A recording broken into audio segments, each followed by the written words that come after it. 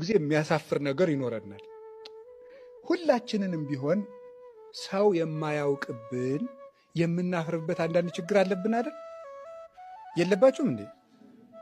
አለብን። ሁላችን ሰው የማያውቅብን የተሰወረ ልክስክስነት አለብን። ያን ልክስክስነታችን እናፍርበታለን። ከእግዚአብሔር ፊት ደግሞ ይዘነው ለመቆም እንዴት ያሳፍራል! ኃጢአት ያሳፍራል፣ አንገት ያስደፋል። ሰው ደግሞ አግኝቶ አይምርም። ሰው እንኳን አግኝቶ ሊምር እየተከታተለ እኮ ራሱ ሰው ታምረኛ ፍጡር ነው ጎበዝ። እንኳን ኃጢአት አግኝቶ ሊምር ኃጢአት ለማግኘት እኮ ሰው ይከታተላል። ታውቃላችሁ? ለማግኘት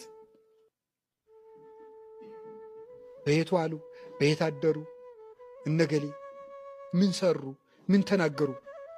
ክርስቶስን ጸሐፍት ፈሪሳውያን ምን ውስጥ ስህተት ለማግኘት ነበር የሚጠሩት?